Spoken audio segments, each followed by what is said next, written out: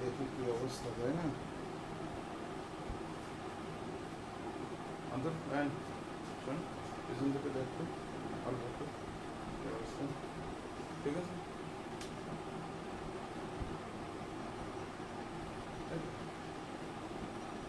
জল নেই, মাথাটা উঁচু করতে হবে, হ্যাঁ উঁচু করতে হবে, উঁচু করলে এখান থেকে উঁচু করে দিই, হ্যাঁ তাহলে এই ও এই থাকবে, তাহলে এরা নিচে করতে হবে, হুম তো ঠিক আছে, হ্যাঁ ঠিক আছে।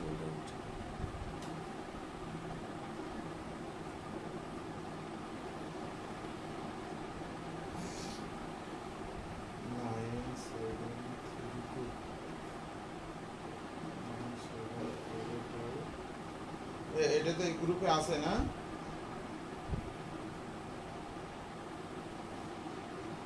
তো এর নেট নেই কেন? এটা তো এই গ্রুপে আছে, এই সেটটা।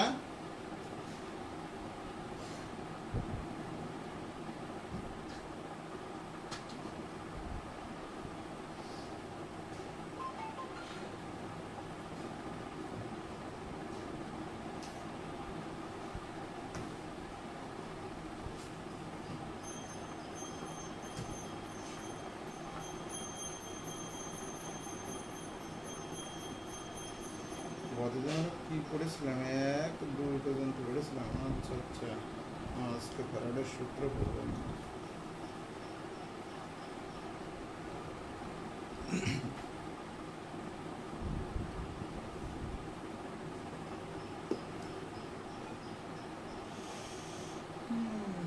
আচ্ছা, গতদিন আমরা কোন পর্যন্ত পড়েছিলাম একটু বলো তো? ফ্যারাডের সূত্র তো পড়িনি মনে হয়, নাকি 1 আর 2 পর্যন্ত পড়া হয়েছিল। তড়িৎ বিশ্লেষণ একটি জারণ বিজারণ প্রক্রিয়া। তড়িৎ বিশ্লেষণের দুটো উদাহরণ আলোচনা করেছিলাম। একটা হলো সোডিয়াম ক্লোরাইডের গলিত দ্রবণে তড়িৎ বিশ্লেষণ, আর একটা সোডিয়াম ক্লোরাইডের জলীয় দ্রবণ, তাই তো?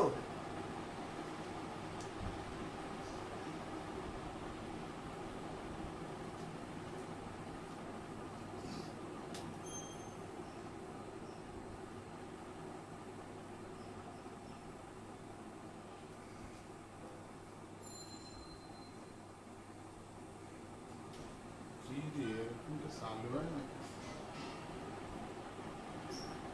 9732।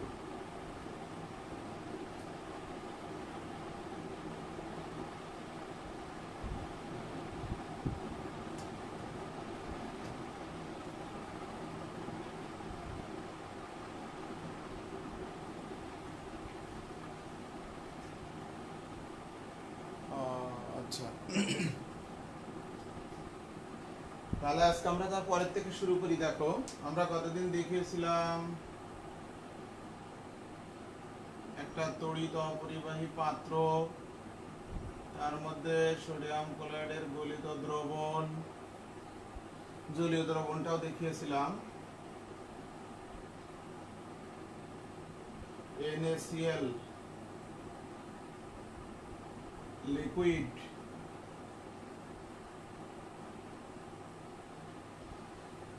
তো তাহলে এখানে কি কি আয়ন আছে? Na positive, Cl negative, Cl negative, Na positive.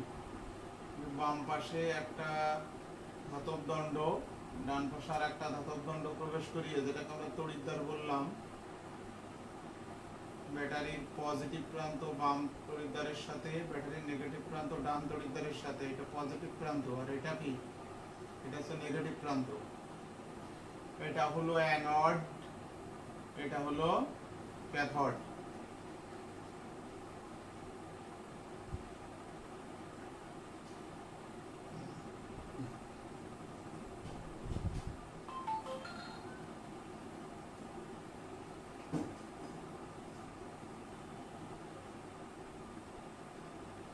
আচ্ছা, ওকে। এতে তো লাইট তোরা তো কম দিয়ে রাখিস কেন রে? অন্তত একটু লাইট বাড়াই দে তো, লাইট বাড়াই দে, চার্জ যায় যা, লাইটটা বাড়াই দে, দেখা যায়।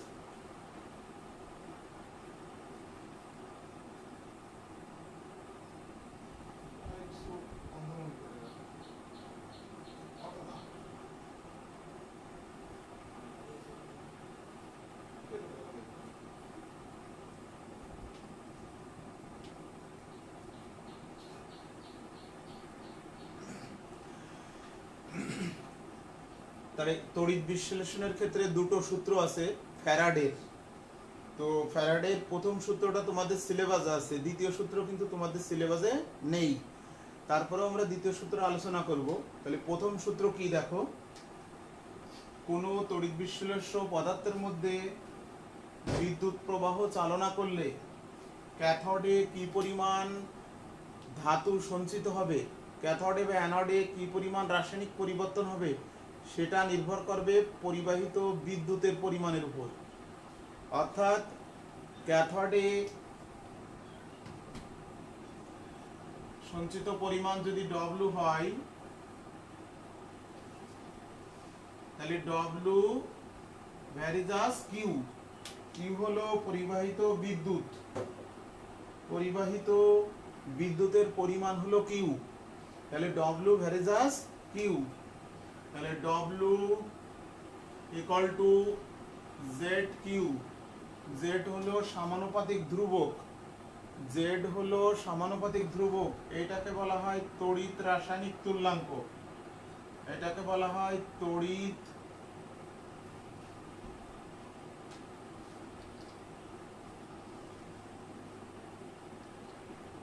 রাসায়নিক তুল্যাঙ্ক। তাহলে ফ্যারাডের প্রথম সূত্র, ফ্যারাডের প্রথম সূত্র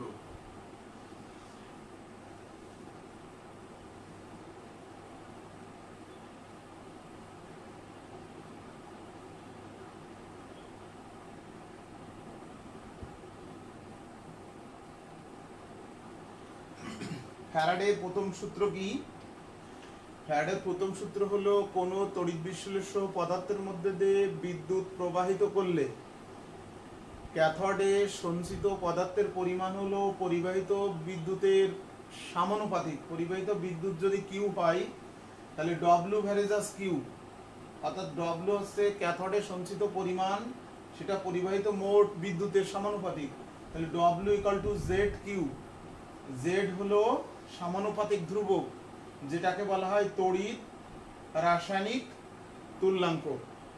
তাহলে আমরা আবার জানি Q equal to IT, I হলো প্রবাহ মাত্রা, এই আই হলো প্রবাহ মাত্রা, টি হলো সময়। এই প্রবাহ মাত্রায় এর একক হলো অ্যাম্পিয়ার, সময় টির একক হলো সেকেন্ড। তাহলে এখান থেকে লেখা যায় W equal to Z I T. W কে ভর বলে, ভর বললাম তো, পরিবাহিত পদার্থের পরিমাণ ডব্লিউ, সরি সঞ্চিত পদার্থের পরিমাণ হলো ডব্লিউ। ক্যাথোড বা অ্যানোডে সঞ্চিত পদার্থের পরিমাণ, ক্যাথোডে কে যায় গতদিন দেখিয়েছিলাম, ক্যাথোডে ক্যাটায়ন সোডিয়াম, আর অ্যানোডে কে, অ্যানোডে হলো অ্যানায়ন ক্লোরাইড। এখানে অ্যানোডে বিক্রিয়া দেখিয়েছিলাম, অ্যানোডে ক্লোরাইড ইলেকট্রন ত্যাগ করে চার্জ মুক্ত হয়ে ক্লোরিনে পরিণত হয়, আর ক্যাথোডে সোডিয়াম ইলেকট্রন গ্রহণ করে চার্জ মুক্ত হয়। অ্যানোডে কি ঘটে দেখিয়েছিলাম গতদিন, জারণ।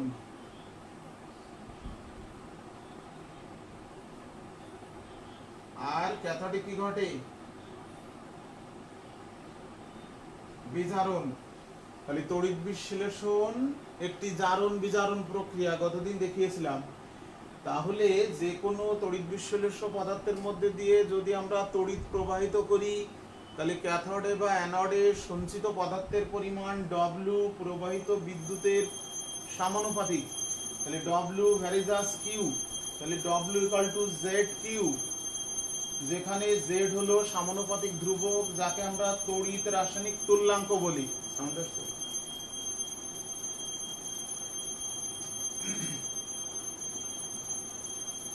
এখন যদি পরিবাহিত বিদ্যুতের প্রবাহ মাত্রা I ইকুয়াল টু 1 অ্যাম্পিয়ার হয়, সময় t ইকুয়াল টু 1 সেকেন্ড হয়,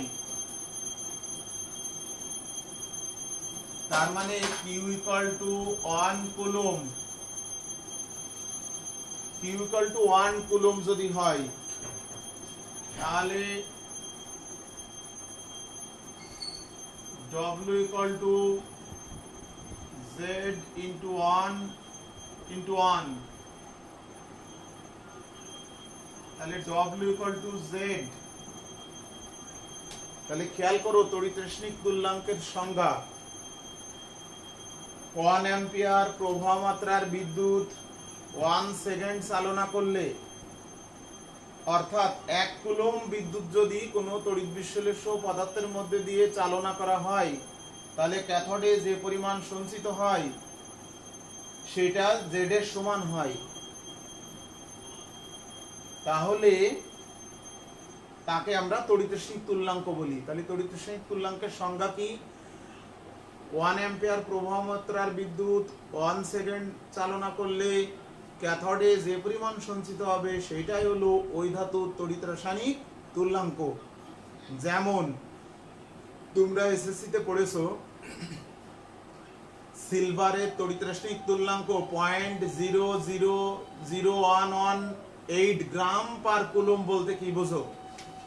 তাহলে সিলভারের তড়িৎ রাসায়নিক তুল্যাঙ্ক 0.00011 গ্রাম পার কুলম্ব। এই কথার অর্থ হলো সিলভার আয়নের দ্রবণে 1 অ্যাম্পিয়ার প্রবাহ মাত্রার বিদ্যুৎ 1 সেকেন্ড চালনা করলে ক্যাথোডে 0.00011 গ্রাম সিলভার সঞ্চিত হবে।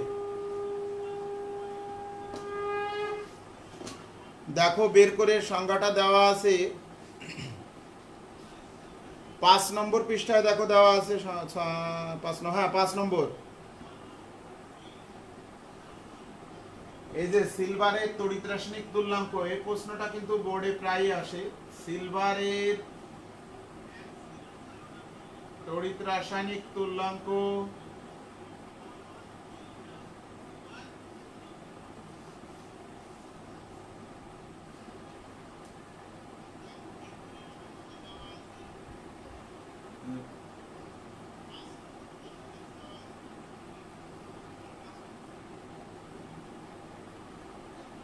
এই যে সিলভারের তড়িৎ রাসায়নিক তুল্যাঙ্ক 0.00011 গ্রাম পার কুলম্ব। এই কথার অর্থ কি? এটাই 2 মার্কের কোশ্চেন যদি আসে, তাহলে তড়িৎ রাসায়নিক তুল্যাঙ্কের সংজ্ঞা আগে দিতে হবে, তারপরে ব্যাখ্যাটা দিতে হবে যে সিলভার আয়নের দ্রবণে 1 কুলম্ব বিদ্যুৎ চালনা করলে, যদি কেউ বলে না স্যার আমি বলবো 1 অ্যাম্পিয়ার প্রবাহ মাত্রার বিদ্যুৎ 1 সেকেন্ড চালনা করলে, একই কথা। 1 অ্যাম্পিয়ার প্রবাহ মাত্রার বিদ্যুৎ 1 সেকেন্ড চালনা করলে তো 1 কুলম্ব বিদ্যুৎই প্রবাহিত হয়। তাহলে সিলভার আয়নের দ্রবণে 1 কুলম্ব বিদ্যুৎ চালনা করলে ক্যাথোডে যে পরিমাণ সিলভার জমা হয় সেই পরিমাণটা কিন্তু এইটা, অর্থাৎ ক্যাথোডে 0.00011 গ্রাম সিলভার সঞ্চিত হয়। ওইটা হলো ওই সিলভার ধাতুর তড়িৎ রাসায়নিক তুল্যাঙ্ক।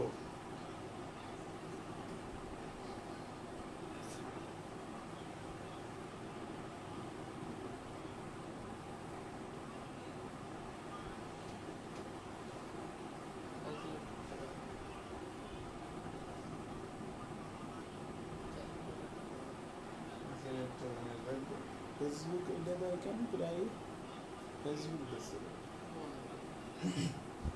তাহলে ফ্যারাডের প্রথম সূত্র আমাদের হয়ে গেল, যে কোনো তড়িৎ বিশ্লেষ্য দ্রবণের মধ্যে দিয়ে বিদ্যুৎ প্রবাহিত করলে ক্যাথোডে বা অ্যানোডে সঞ্চিত পদার্থের পরিমাণ প্রবাহিত বিদ্যুতের উপর নির্ভর করে। তার মানে পরিবাহিত বিদ্যুতের পরিমাণ যত বেশি হবে, ক্যাথোডে সঞ্চিত পদার্থের পরিমাণ তত বেশি হবে। এখন আমরা দ্বিতীয় সূত্রে একটু যাই, যদিও দ্বিতীয় সূত্র আমাদের সিলেবাসে নেই, কিন্তু দ্বিতীয় সূত্র থেকে ছোটখাটো কোশ্চেন অনেক সময় চলে আসে, দেখা যাচ্ছে জ্ঞানমূলক কোশ্চেন চলে আসতে পারে। কিছু বললি কি মিনিট?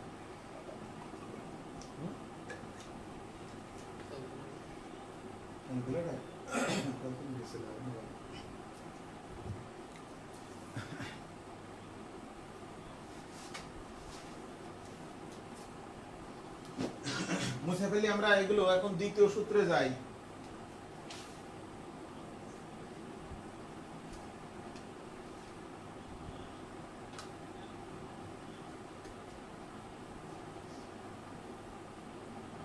জন ওয়াসিম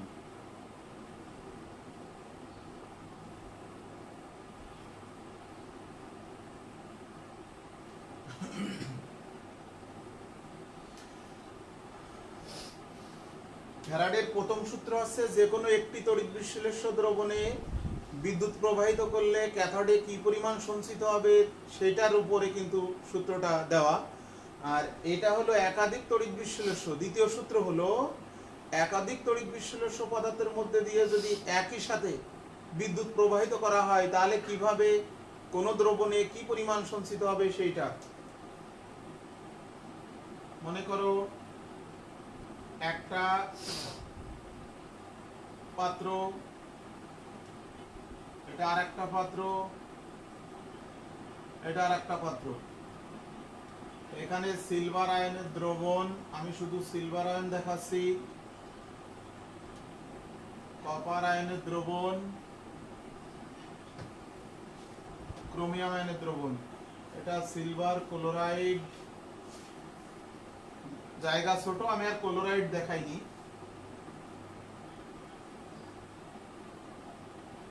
কপার সালফেট,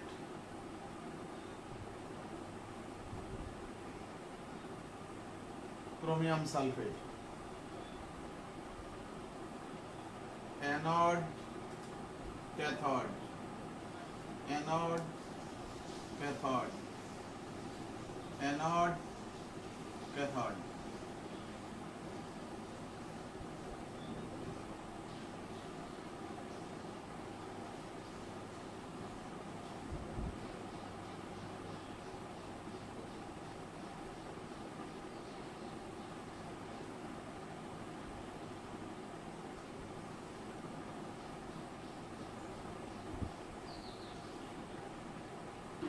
নেগেটিভ প্রান্ত, এটা পজিটিভ প্রান্ত। এইটা হলো সেই যান্ত্রিক সিস্টেম যেখানে তিনটে পাত্রে তিনটে আলাদা আলাদা তড়িৎ বিশ্লেষ্য পদার্থ আছে। একটা সিলভার ক্লোরাইডের দ্রবণ, একটা কপার সালফেটের দ্রবণ, একটা ক্রোমিয়াম সালফেটের দ্রবণ। বোর্ডের উপরে লাইট পড়ছে দেখো। তাহলে এইখানে এই এই যে বাহ্যিক তড়িৎ উৎস, বাম পাশে ব্যাটারির পজিটিভ প্রান্তের সাথে বাম তড়িৎদ্বার যুক্ত, এটা অ্যানোড,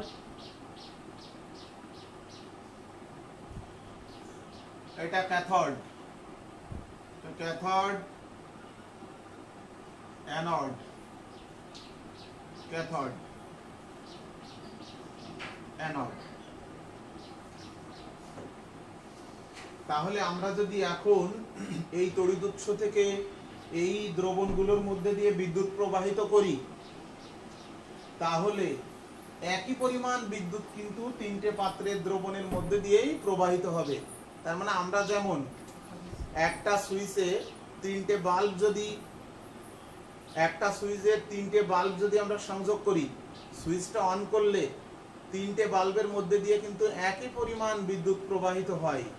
এখানেও তেমনি এই যে একটা ব্যাটারি যুক্ত করা হয়েছে, সিরিজে যুক্ত করা হয়েছে কিন্তু তিনটে তড়িৎ বিশ্লেষ্য পদার্থের দ্রবণ। তাহলে যদি এই তড়িৎ উৎস থেকে 1 ফ্যারাড বিদ্যুৎ চালনা হয়, তাহলে সবগুলো তড়িৎ বিশ্লেষ্য পদার্থের মধ্যে দিয়ে কিন্তু 1 ফ্যারাড বিদ্যুৎ প্রবাহিত হবে। তাহলে 1 ফ্যারাড সেই জিনিসটা কি দেখে আসি। আমরা জানি 1 মোল ইলেকট্রনের চার্জ 969 966500 কুলম্ব। এই 966500 কুলম্ব মানে কিন্তু 1 ফ্যারাড। তাহলে এই 1 মোল ইলেকট্রনের চার্জই হলো 1 ফ্যারাড পরিমাণ। তাহলে এই 1 ফ্যারাড বিদ্যুৎ যদি আমরা চালনা করি সবগুলো তড়িৎ কোষের মধ্যে দিয়ে, মনোযোগ সহকারে বুঝতে হবে কথাগুলো। 1 ফ্যারাড বিদ্যুৎ যদি চালনা করি তার মানে 1 ফ্যারাড বিদ্যুৎ প্রবাহ যদি এই তিনটে তড়িৎ উৎসের মধ্যে দিয়ে প্রবাহিত হয়, তাহলে এখানে কি পরিমাণ সঞ্চিত হবে দেখো, নিচে লিখে দেখায় 1 মোল, আগে লিখে দেখায় তারপরে এটা বোঝাই। 1 মোল সিলভার আয়ন চার্জ মুক্ত হতে গেলে 1 মোল ইলেকট্রন সে গ্রহণ করবে, করে 1 মোল সিলভারে পরিণত হবে। 1 মোল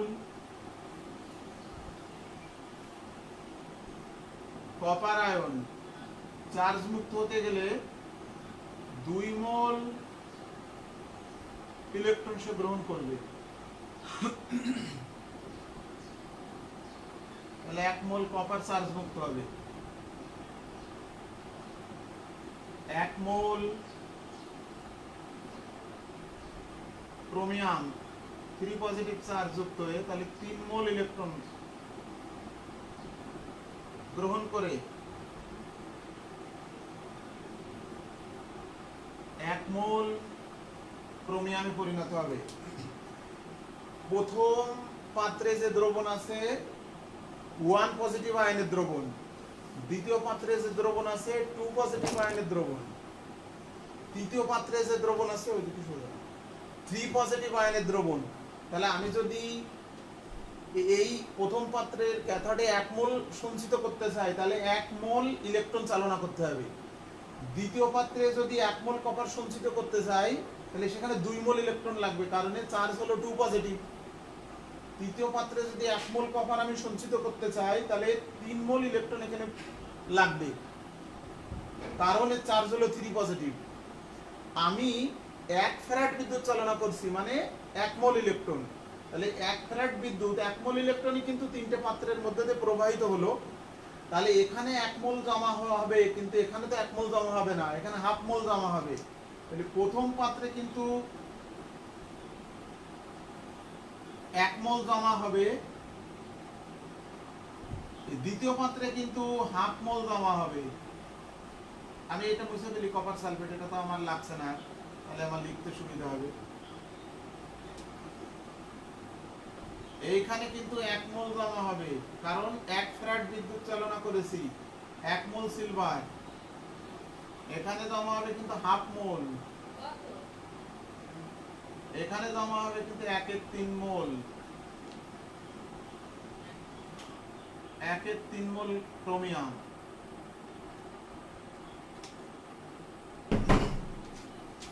আগে এটা বোঝো কিনা, 1 ফ্যারাড বিদ্যুৎ চালনা করছি তিনটে দ্রবণের মধ্যে দিয়ে। 1 ফ্যারাড মানে কি 1 মোল ইলেকট্রন।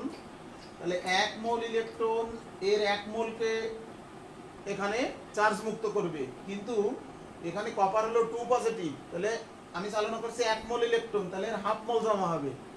ক্রোমিয়াম হলো 3 পজিটিভ, আমি 1 ফ্যারাড বিদ্যুৎ চালনা করছি, তাহলে এখানে জমা হবে কি 1/3 মোল।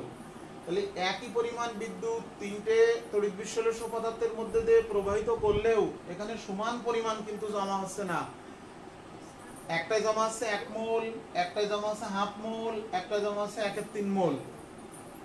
তাহলে ফ্যারাডের দ্বিতীয় সূত্রটি হলো যে একাধিক তড়িৎ বিশ্লেষ্য পদার্থের মধ্যে দিয়ে একই পরিমাণ বিদ্যুৎ প্রবাহিত করলে সব তড়িৎ বিশ্লেষ্য পদার্থে কিন্তু একই পরিমাণ পদার্থ জমা হবে না। তাহলে ভিন্ন ভিন্ন তড়িৎ বিশ্লেষ্য পদার্থের মধ্যে বিদ্যুৎ প্রবাহ চালনা করলে ক্যাথোডে কি পরিমাণ সঞ্চিত হবে সেটা নির্ভর করবে কিন্তু ওই ধাতুর চার্জের উপর। ওই ধাতুর চার্জের উপরে, চার্জ 1 পজিটিভ, এর চার্জ 2 পজিটিভ, এর চার্জ 3 পজিটিভ। আগে যেটা পড়লাম প্রথম সূত্র, সেটা সঞ্চিত পদার্থের পরিমাণ পরিবাহিত বিদ্যুতের পরিমাণের উপর নির্ভর করে, কিন্তু এখানে সঞ্চিত পদার্থের পরিমাণ ওই পদার্থের চার্জের উপর নির্ভর করে। চার্জ বলতে তার যোজনী। এখন এই যোজনী বা চার্জের সাথে সম্পর্কিত একটা শব্দ আছে যেটাকে বলে রাসায়নিক তুল্যাঙ্ক, সেটা একটু শিখবো এখন আমরা। তাহলে ফ্যারাডের দ্বিতীয় সূত্রটি কি? দ্বিতীয় সূত্রটি হলো কোনো একাধিক তড়িৎ বিশ্লেষ্য পদার্থের মধ্যে দিয়ে যদি আমরা বিদ্যুৎ প্রবাহিত করি, অর্থাৎ নির্দিষ্ট পরিমাণ বিদ্যুৎ প্রবাহিত করি, তাহলে ক্যাথোডে সঞ্চিত পদার্থের পরিমাণ ওই ধাতুর রাসায়নিক তুল্যাঙ্কের উপর নির্ভর করে। তাহলে ডব্লিউ ভ্যারিজাস জেড, এখানে জেড হলো রাসায়নিক তুল্যাঙ্ক। পড়বো আমরা রাসায়নিক তুল্যাঙ্ক কাকে বলে, শিখবো।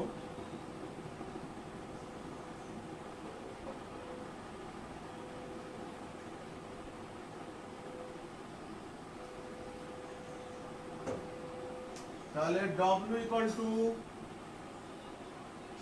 Z Q.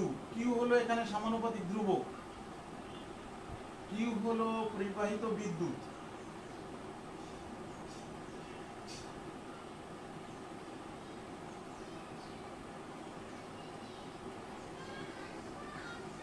এটা সে 1 ফ্যারাড, এটা হচ্ছে ধ্রুবক। দেখো বলো, তাহলে স্যার 4 নং কথা বলো না। 4 নং পাত্রে যদি আমি আর্গন প্লাস দেই তাহলে কি আর্গন প্লাস হয় কখনো? আর্গন প্লাস হয় কখনো? আর্গন তো নিষ্ক্রিয় ধাতু। সেখানে তুমি বলতে পারতে যে আমি যদি লেড 4 প্লাস দিই, এয়ার প্লাস দিই তাহলে কি ওখানে 1 মোল জমা হবে? হ্যাঁ 1 মোল জমা হবে, কিন্তু এআর প্লাস তো হয় না। এআর প্লাস তো হয় না। তুমি বলতে পারতে যদি আমি সোডিয়াম পজিটিভ দিই, এটা তো হয় না আর্গন। হ্যাঁ, যদি তুমি আরেকটা পাত্র 4 নম্বর পাত্রে সোডিয়াম পজিটিভ দাও 1 মোল জমা হবে, যেহেতু আমি 1 ফ্যারাড বিদ্যুৎ চালনা করেছি। তাহলে একাধিক তড়িৎ বিশ্লেষ্য পদার্থের মধ্যে দিয়ে একই পরিমাণ বিদ্যুৎ প্রবাহিত করলে ক্যাথোডে কি পরিমাণ সঞ্চিত হবে সেটা নির্ভর করবে ওই ধাতুর রাসায়নিক তুল্যাঙ্কের উপরে। তাহলে W ভ্যারিজাস Z, তাহলে W equal to Z Q. Q হচ্ছে পরিবাহিত বিদ্যুৎ, এটা ধ্রুবক তো 1 ফ্যারাড। তাহলে এই রাসায়নিক তুল্যাঙ্ক জিনিসটা কি? এক কথায় সহজে রাসায়নিক তুল্যাঙ্ক জিনিসটা কি? রাসায়নিক তুল্যাঙ্ক তার চার্জের উপর ডিপেন্ড করে। রাসায়নিক তুল্যাঙ্ক হলো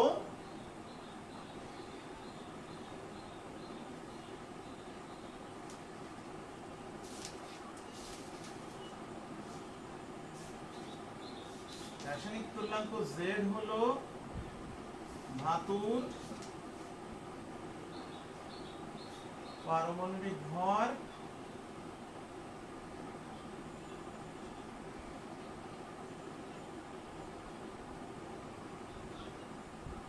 বাই যোজনী।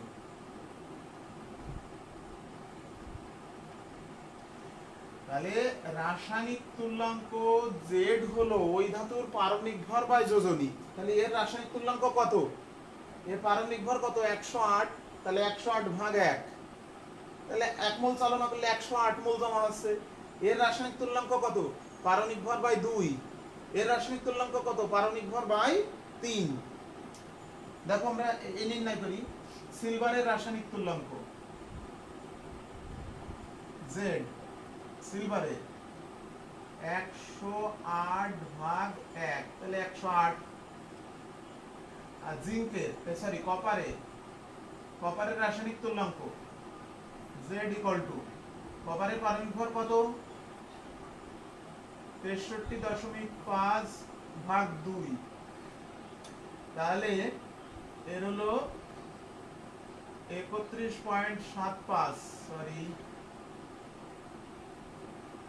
31.75।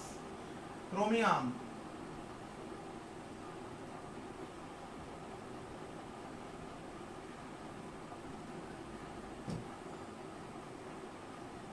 ক্রোমিয়ামের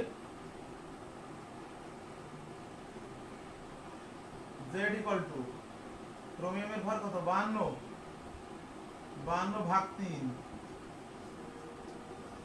তাহলে কত হয়? 52 ভাগ 3 হলে 3 × 7 = 51, 17.33। তাহলে 1 মোল বিদ্যুৎ চালনা করলে অর্থাৎ 1 ফ্যারাড বিদ্যুৎ চালনা করলে প্রথম পাত্রে জমা হবে 108 গ্রাম, দ্বিতীয় পাত্রে জমা হবে 31.75 গ্রাম, তৃতীয় পাত্রে জমা হবে 17.33 গ্রাম। 17.33 গ্রাম।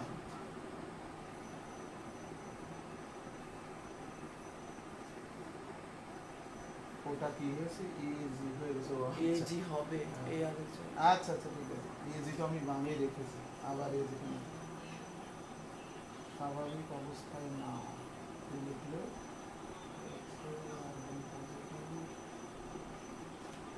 আরে বেটা, এ তো একজন প্রশ্ন করেছে তাই লিখেছি আমি। আর একজন প্রশ্ন করেছে, তুমি দেখোনি? নিচেই দেখো না যে কমেন্টস লিখেছে। তুমি বললে না আর্গনের এটা তো সম্ভব না। হ্যাঁ সম্ভব না, তাই তা বলছে যে না না এটা আর্গনের পজিটিভ হয়। নিষ্ক্রিয় গ্যাস কখনো ধনাত্মক আয়ন গঠন করে না, ঋণাত্মক আয়নও গঠন করে না। ভুল করে হয়েছে ওর, ঠিক আছে। আচ্ছা খেয়াল করো, তাহলে ফ্যারাডের দ্বিতীয় সূত্রটা কি? দ্বিতীয় সূত্র আমাদের সিলেবাসে নেই, তা নিয়ে এত আলোচনা কেন? অনেক সময় ছোট ছোট প্রশ্ন এখান থেকে চলে আসে। ফ্যারাডের দ্বিতীয় সূত্র সহজ জিনিস একেবারে, যে একাধিক তড়িৎ বিশ্লেষ্য পদার্থের মধ্যে দিয়ে একই পরিমাণ বিদ্যুৎ চালনা করলে তাদের ক্যাথোডে একই পরিমাণ ধাতু সঞ্চিত হয় না। কি পরিমাণ ধাতু সঞ্চিত হবে সেটা নির্ভর করবে ওই ধাতুর রাসায়নিক তুল্যাঙ্কের উপরে। রাসায়নিক তুল্যাঙ্ক কি? রাসায়নিক তুল্যাঙ্ক আছে ধাতুর পারমাণবিক ভর বাই যোজনী। এখন যদি তুমি এখানে 3 ফ্যারাড বিদ্যুৎ চালনা করতে, খেয়াল করো, যদি বুঝে থাকো তাহলে এখন এটা ক্লিয়ার হবে। 3 ফ্যারাড বিদ্যুৎ চালনা করতে, তাহলে এখানে জমা হতো 3 মোল, এখানে জমা হতো 3/2 মোল, এখানে জমা হতো 1 মোল। 1 মোল। খেয়াল করো, যদি আমি 3 ফ্যারাড বিদ্যুৎ চালনা করতাম, এখানে জমা হতো 3 মোল, এখানে জমা হতো কি 3/2 মোল, এখানে জমা হতো 1 মোল। তাহলে যে কোনো তড়িৎ বিশ্লেষ্য পদার্থ একাধিক তড়িৎ বিশ্লেষ্য পদার্থের মধ্যে দিয়ে সিরিজে সংযোগ করে একই পরিমাণ বিদ্যুৎ প্রবাহিত করলে ক্যাথোডে সঞ্চিত পদার্থ ওই ধাতুর চার্জের উপর নির্ভর করবে। যার চার্জ কম সেটা বেশি সঞ্চিত হবে, যার চার্জ বেশি সেটা কম সঞ্চিত হচ্ছে, যার চার্জ বেশি সেটা কম সঞ্চিত হচ্ছে। এই দেখো, তাহলে এই হলো ফ্যারাডের দ্বিতীয় সূত্র, আর কিছু না। তাহলে এখন যেমন আমরা এর আগে তড়িৎ রাসায়নিক তুল্যাঙ্কের সংজ্ঞা বলেছি, তাহলে রাসায়নিক তুল্যাঙ্কের সংজ্ঞাটা কি? তড়িৎ রাসায়নিক তুল্যাঙ্কের সংজ্ঞা কি বলেছিলাম? আমি আস্তে আস্তেই বলছি, খেয়াল করো। 1 কুলম্ব বিদ্যুৎ চালনা করলে ক্যাথোডে যে পরিমাণ সঞ্চিত হয় সেইটি হচ্ছে ওই ধাতুর তড়িৎ রাসায়নিক তুল্যাঙ্ক। তাহলে রাসায়নিক তুল্যাঙ্ক কি? তড়িৎ রাসায়নিক তুল্যাঙ্ক। তড়িৎ কথাটা ছিল এখানে, কিন্তু তড়িৎ কথাটা নেই, তড়িৎ কথাটা অমিট। দেখো শুধু রাসায়নিক তুল্যাঙ্ক। 1 ফ্যারাড বিদ্যুৎ চালনা করলে ক্যাথোডে যে পরিমাণ সঞ্চিত হবে সেইটা হচ্ছে ওই ধাতুর রাসায়নিক তুল্যাঙ্ক। 1 কুলম্ব বিদ্যুৎ চালনা করলে যে পরিমাণ সঞ্চিত হয় সেটা হলো তড়িৎ রাসায়নিক তুল্যাঙ্ক। আর 1 ফ্যারাড 1 ফ্যারাড বিদ্যুৎ চালনা করলে যে পরিমাণ সঞ্চিত হবে সেটা হলো ওই ধাতুর রাসায়নিক তুল্যাঙ্ক। ঠিক আছে? তাহলে দেখো কোন টপিকস গুলো পড়া হলো একটু খেয়াল করো। আজকে 3 নম্বর কোশ্চেন পড়লে আজকে দেখো 3, 4, 5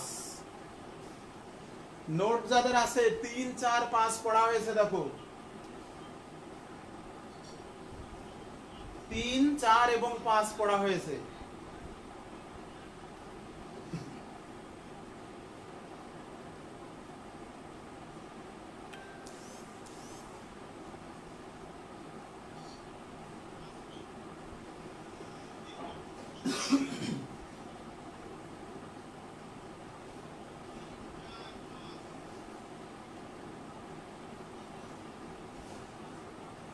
এখন আমরা তড়িৎ বিশ্লেষণের প্রয়োগে চলে যাব। তড়িৎ বিশ্লেষণের প্রয়োগ।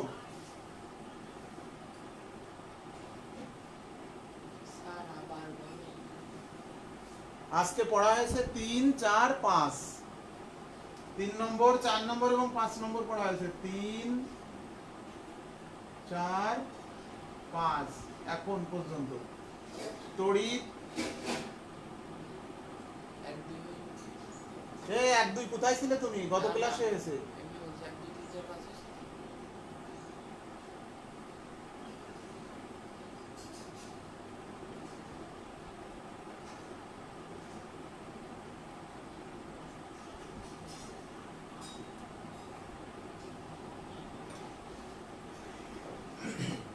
তড়িৎ বিশ্লেষণের দুই ধরনের প্রয়োগ আছে। তড়িৎ বিশ্লেষণের দুই ধরনের প্রয়োগ আমরা আলোচনা করব। তড়িৎ বিশ্লেষণ এই পদ্ধতি ব্যবহার করে, অর্থাৎ ইলেকট্রোলাইসিস সেল সিস্টেম ব্যবহার করে আমরা দুই ধরনের গুরুত্বপূর্ণ কাজ আমরা কিন্তু করতে পারি। এক হচ্ছে যে সকল সক্রিয় ধাতু কি তোমরা জানো? আয়রন একটি সক্রিয় ধাতু। আয়রন যদি উন্মুক্ত অবস্থায় রেখে দেওয়া হয়, কিছুদিন পরেই কিন্তু আয়রনের পৃষ্ঠতলে বাদামি বর্ণের মরিচা পড়ে, যেটাকে আমরা বলি বাংলায়, আমরা বলি আঞ্চলিক ভাষায় জং পড়েছে, জং ধরে গেছে।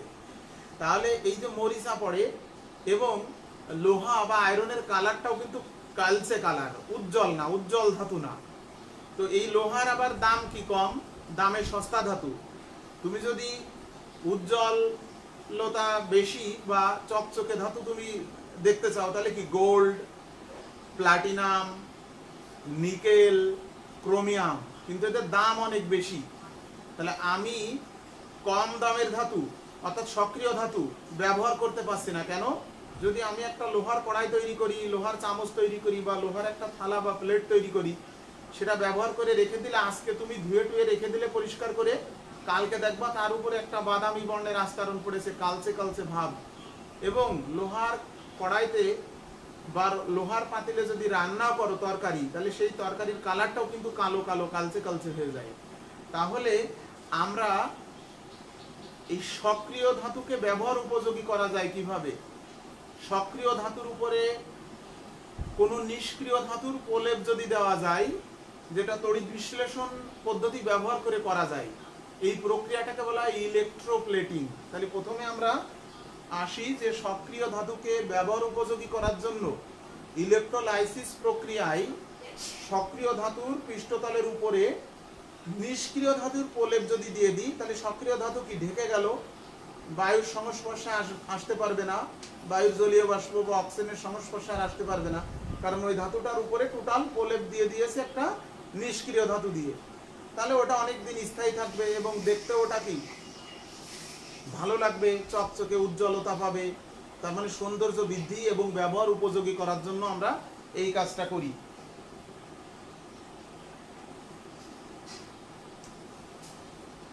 ইলেকট্রোপ্লেটিং একটা ব্যবহার হচ্ছে ইলেকট্রোপ্লেটিং।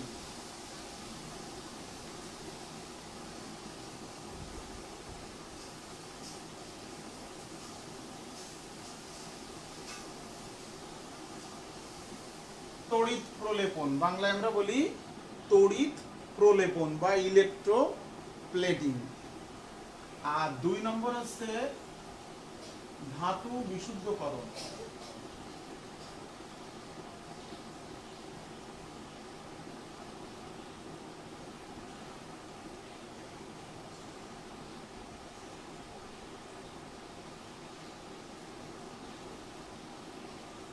ধাতু বিশুদ্ধকরণ, তাহলে নাম্বার 1 আমরা ইলেকট্রোপ্লেটিংটা আলোচনা করি। মনে করো লোহার তৈরি জিনিসকে আমি ব্যবহার উপযোগী করব।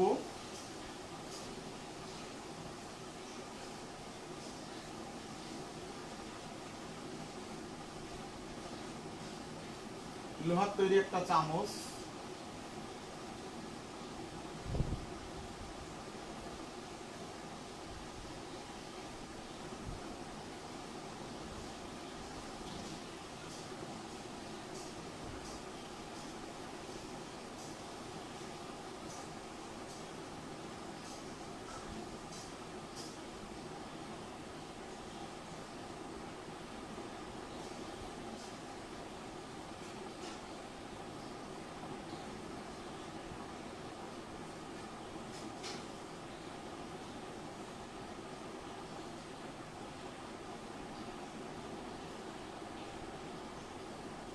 আর এই দ্রবণ নেব আছে নিকেল সালফেটের দ্রবণ, যার প্রলেপ দেবো তার দ্রবণ নেব।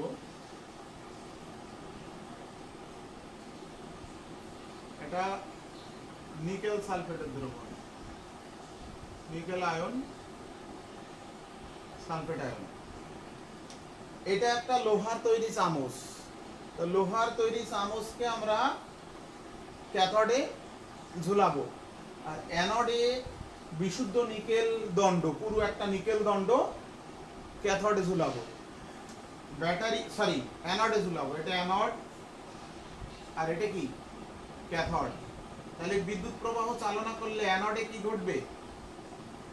বিদ্যুৎ প্রবাহ চালনা করলে অ্যানোডে কি ঘটবে দেখো। অ্যানোডে যেহেতু ব্যাটারির পজিটিভ প্রান্তের সাথে যুক্ত করা এই তড়িৎদ্বারে কি যুক্ত করেছি? নিকেল ধাতু। তাহলে ব্যাটারির পজিটিভ প্রান্ত, তড়িৎদ্বারটি পজিটিভ, তখন নিকেল ইলেকট্রন ত্যাগ করে আয়ন হিসেবে দ্রবণে চলে আসবে। আর ক্যাথোডে কি ঘটবে? এই যে দণ্ড থেকে নিকেল দ্রবণে চলে আসলো, সেই নিকেলই কিন্তু এই নিকেলই কিন্তু এইখানে যাচ্ছে।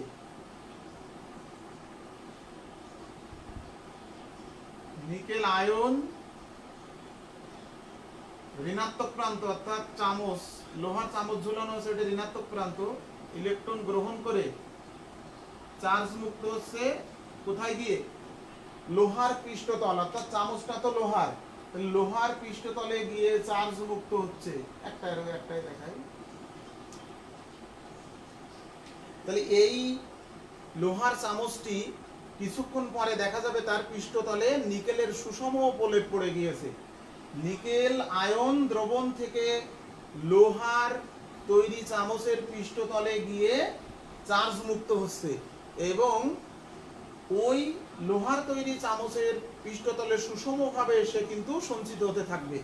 তাহলে কিছুক্ষণ পর ওই লোহার চামচটি উঠালে আর কিন্তু তুমি লোহা দেখতে পাবা না, কারণ নিকেলের প্রলেপ দিয়ে ওই লোহার চামচটির পৃষ্ঠতল কিন্তু ঢেকে গিয়েছে। তাহলে ওটা মনে হবে কি? নিকেলের চামচ, উজ্জ্বল এবং দেখতেও সুন্দর, এবং তখন অক্সিজেন দ্বারা জারিত হবে না, কারণ নিকেল তুলনামূলকভাবে নিষ্ক্রিয় ধাতু। কার তুলনায়? আয়রনের তুলনায়। তাহলে এই প্রক্রিয়াকে আমরা বলি ইলেকট্রোপ্লেটিং। শুধু চামচ না, এখানে তুমি ঘড়ির চেন, লোহার তৈরি ঘড়ির চেন, তার উপরে নিকেলের প্রলেপ দিতে পারো, ক্রোমিয়ামের প্রলেপ দিতে পারো। লোহার তৈরি ছোট ছোট অর্নামেন্ট, তার উপরে তুমি গোল্ডের প্রলেপও দিতে পারো। তাহলে বাইরে থেকে মনে হবে কি ওটা গোল্ডের, কিন্তু ভিতরে আছে কি? লোহা।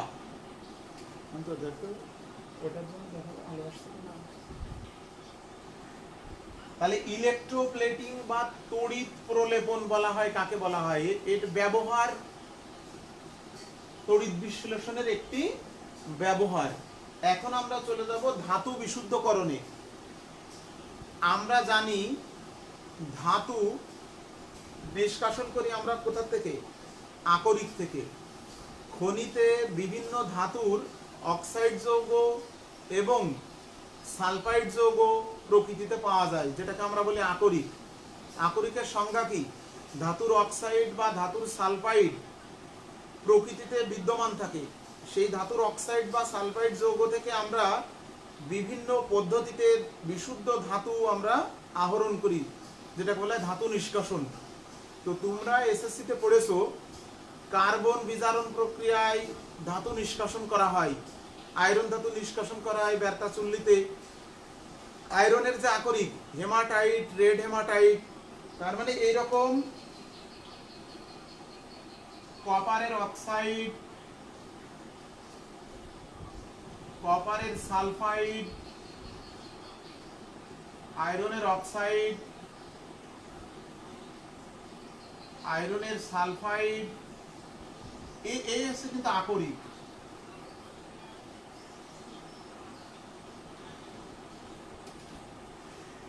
প্রকৃতিতে ধাতু বিশুদ্ধ অবস্থায় কিন্তু পাওয়া যায় না। ওই ধাতু প্রকৃতিতে বিভিন্ন অক্সাইড বা সালফাইড রূপে বিদ্যমান থাকে। তাহলে এই অক্সাইড বা সালফাইডকে আমরা বিজারণ প্রক্রিয়ায়, যেমন এই কপারকে বিজারণ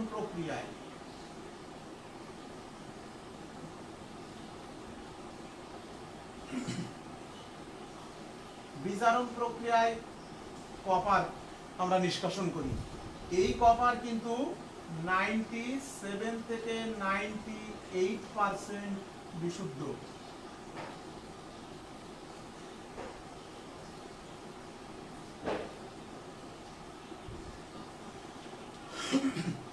ধাতুর অক্সাইড থেকে, অর্থাৎ ধাতুর আকরিক থেকে আমরা যে বিজারণ প্রক্রিয়ায় ধাতু নিষ্কাশন করি, সেই ধাতু 100% বিশুদ্ধ হয় না, 97 বা 98% বিশুদ্ধ ধাতু আমরা পাই। তাহলে এখানে 3 বা 2% অপদ্রব্য থেকে গেল। এই 2 থেকে 3% অপদ্রব্যকে অপসারণ করার জন্য আমরা তড়িৎ বিশ্লেষণ প্রয়োগ ব্যবহার করি। তড়িৎ বিশ্লেষণ প্রক্রিয়া আমরা ব্যবহার করি। তাহলে তড়িৎ বিশ্লেষণ প্রক্রিয়ায় কিভাবে ধাতু বিশুদ্ধকরণ করা যায়? এই বিজারণ প্রক্রিয়ায় প্রাপ্ত কপারকে আমরা, অবিশুদ্ধ কপারকে আমরা বলি ব্লিস্টার কপার।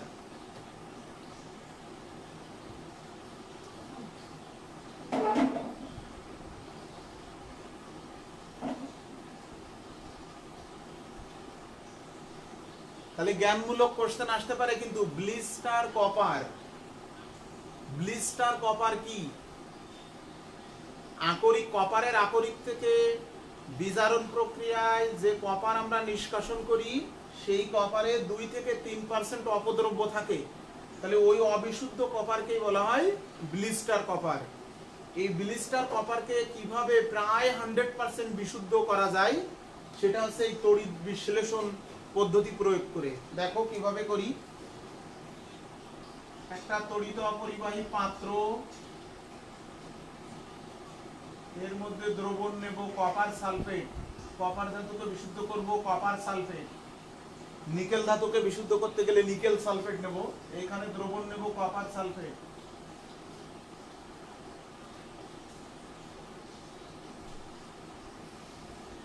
ডান তড়িৎদ্বারে একটা চিকন কপার তার,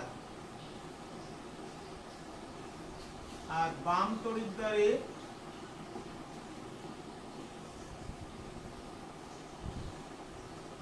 কি হবে? হ্যাঁ, ভালো লাগবে।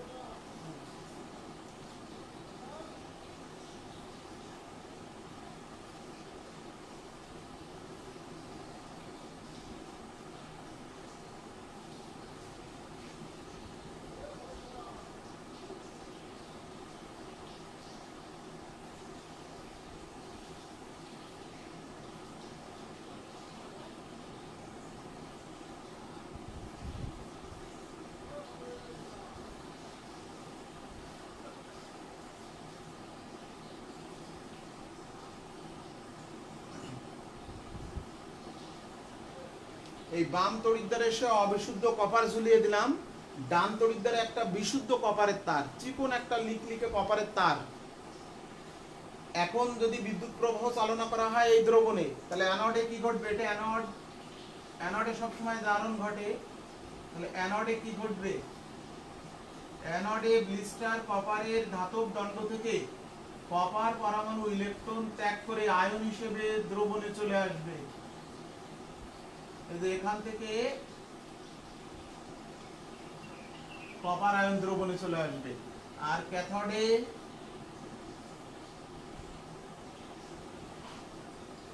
এই দ্রবণ থেকে কপার আয়ন ক্যাথোডে গিয়ে ইলেকট্রন গ্রহণ করে চার্জ মুক্ত হবে। তাহলে এই যে বিশুদ্ধ কপার, কতটা বিশুদ্ধ? 99.98% বিশুদ্ধ কপার কিন্তু এখানে এই যে সঞ্চিত হলো, এই কপার। তাহলে তড়িৎ বিশ্লেষণ পদ্ধতি প্রয়োগ করে আমরা কপার, জিঙ্ক, নিকেল এই ধাতুগুলোকে প্রায় 100% বিশুদ্ধ ধাতুতে পরিণত করতে পারি। প্রথমে আকরিক থেকে বিজারণ প্রক্রিয়ায় যে কপার পাই সেখানে 98% বিশুদ্ধ কপার থাকে, 2% অপদ্রব্য থাকে। আর এই অপদ্রব্যগুলো এখান থেকে বিশুদ্ধ কপার আয়ন হিসেবে দ্রবণে চলে যাচ্ছে, আর অপদ্রব্যগুলো এখানে পড়ে থাকে এই যে নিচেই, যেটাকে আমরা অ্যানড মাড বলি। অ্যানড মাড, এই যে অ্যানড মাড কাকে বলে, 1 মার্কের কোশ্চেন আসে। তড়িৎ বিশ্লেষণ প্রক্রিয়ায় অবিশুদ্ধ ধাতুকে বিশোধন করার সময় অ্যানোডে অবিশুদ্ধ ধাতু ঝুলানো হয়, ক্যাথোডে বিশুদ্ধ ধাতু ঝুলানো হয়। তড়িৎ বিশ্লেষণ করলে অ্যানোড থেকে ধাতব আয়ন দ্রবণে যায়, সেই ধাতব আয়ন ইলেকট্রন গ্রহণ করলে ক্যাথোডে সঞ্চিত হয় বিশুদ্ধ রূপে, আর অপদ্রব্যগুলো অ্যানোডের নিচেই জমা হয়, নিচেই ঝরে ঝরে পড়ে, ওইটাকে বলা হয় কি, অ্যানড মাড। তাহলে আমরা আজকে এই পর্যন্ত পড়ি। আমরা পড়লাম যেটা 6 এবং 7, খেয়াল করো। তাহলে আজকে পড়া হলো কিন্তু এই টপিকসগুলো আজকের ক্লাসে 3, 4, 5, 6, 7 এই টপিকসগুলো আজকের ক্লাসে পড়া হলো। ভালো করে পড়বা। আর এটা তো লাইভে আছে, আর একবার দেখো। কোনো সমস্যা হলে আগামী দিন আগে আমাকে, বা পরে, এখন আগামী দিন না, পরেই জানিও। পড়ার পরে সমস্যা থাকলে কমেন্টস করে জানিও আমাকে। আর একটা বিষয়, সেটা হলো যে তোমরা কিন্তু, আমি দেখছি লাইভে কতজন থাকো, 25 থেকে 30 জন, কিন্তু এই গ্রুপের সদস্য কতজন তোমরা? এই গ্রুপের সদস্য কিন্তু এখন 85 জন মনে হয়। অ্যাসকপ কোভিডে ছিলে 120 জন। অনেকে বাড়ি চলে গেছে, বা অনেককে আমি ইনভাইট করতে পারিনি, অনেকে জানে কিনা জানি না, আর অনেকের হয়তো আগ্রহ নেই।